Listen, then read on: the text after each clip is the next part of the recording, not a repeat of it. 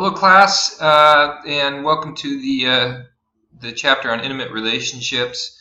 I'm still recording from Mexico here, but we'll make do with this.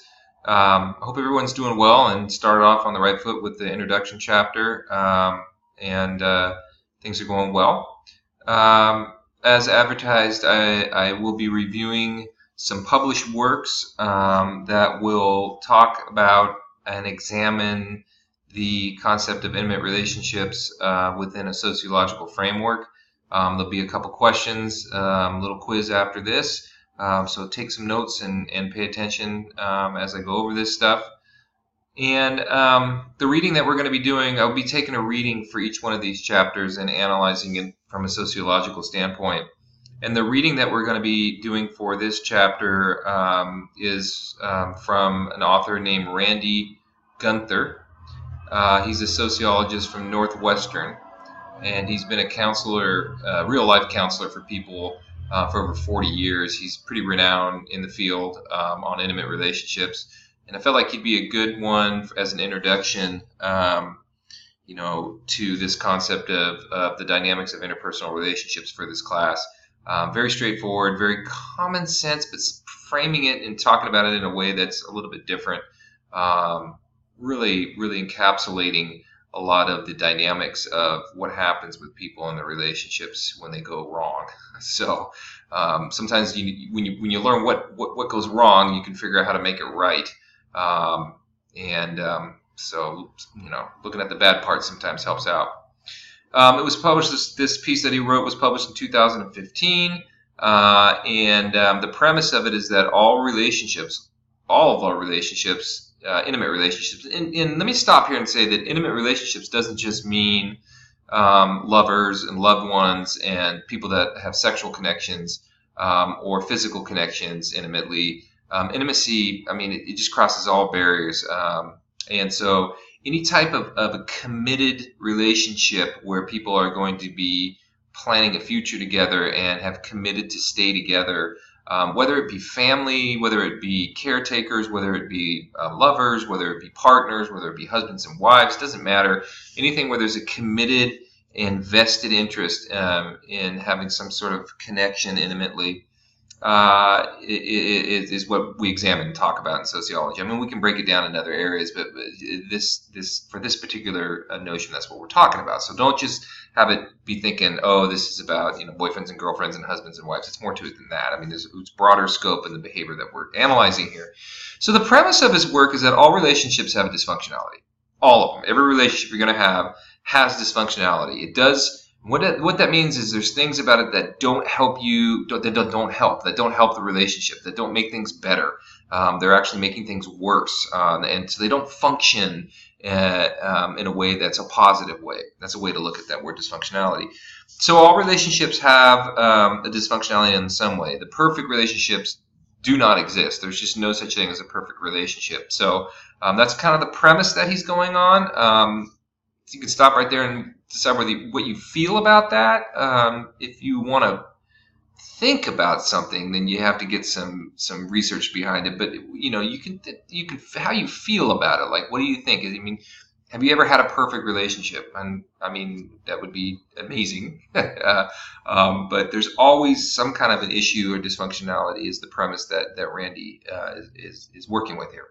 His theory is that in order to maintain a functional, committed relationship, most intimate partners need to adapt to disappointment and disillusionment by adding good things to them. So, in other words, if there's a bunch of bad stuff, you also add good things to them to counteract that. You can't expect to eliminate all the bad, but what you can do is try to bolster or boost up the good things as a way of combating the bad areas. That's his theory. It's an interesting theory. For many, many years we've been trying to eliminate the bad things, and his idea is, well, they're going to happen. So why don't we try to work on the motivation for staying in there and hanging in there, like the good stuff. Like, what is you like about this person? Are they funny? What is it? Are they appealing to you in some ways? Do they add to your life? What is it that makes you hang in there with your personal relationship with them? He listed 5 areas for examination. The first is assignment of blame. When a malfunction happens, he calls them malfunctions. I like that. It's like a machine or something. Like when a malfunction happens, who do you blame? It's a very interesting question. So if something bad happens in a relationship, who do you blame? Who's and this, if this is the immediate response, if you're kind of like with me on that, you're like, yeah, that's right. Like, who should you blame? He says he's putting forward that through his research that it's not the best way of approaching a malfunction. It really doesn't do any good to say, oh, you blew it. That's not going to help. What you need to do is fix it and figure out what the problem is. And then later on, you can examine how both of the partners in the relationship, brother and sister, like I said, it could be any relationship, how you can make it not happen again. That's more functional than saying you are to blame. You blew it. It just doesn't lead to any kind of resolution or any kind of fixing the immediate problems. If accusations are not thrown around at the beginning, there's more of a chance that people will fix the problem. He's done research on this. So if people hold off on accusing each other and they actually try to to not blame each other, that there's more of a chance of them fixing the problem. The second area of the 5 areas of focus that he talks about is threats of exile or abandonment. If partners are quick to say, I'm leaving you, or you're no longer my brother, you're no longer my aunt, you're no longer my whatever it might be, the person I've committed to, I'm no longer committed to you, I'm out of here, see ya, take care, or I'm going to shun you for a while, I'm not going to talk to you, I'm going to treat you differently, I'm not going to be as close to you if you do that, or if this happens, that the threats like that are massively dysfunctional.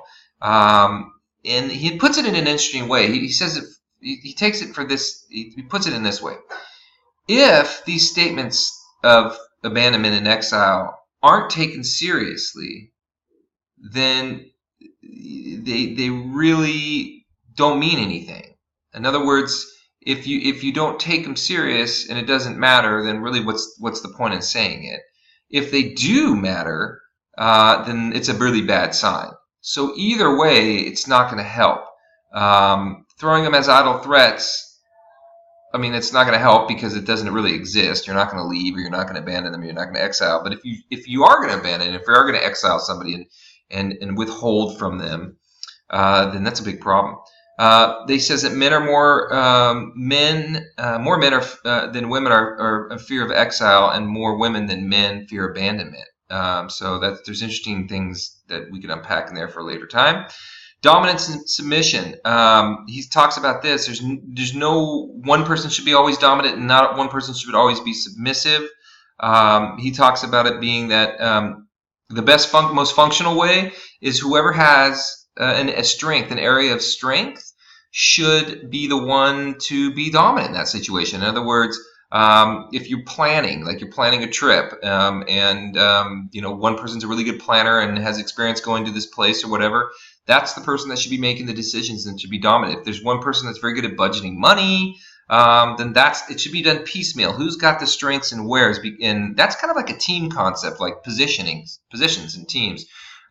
Within a couple, if you're going to have a relationship, you figure out who is best suited, and then give them control of that situation, primary control of that situation. That's an interesting concept. So there's not always one person that's very, very dominant.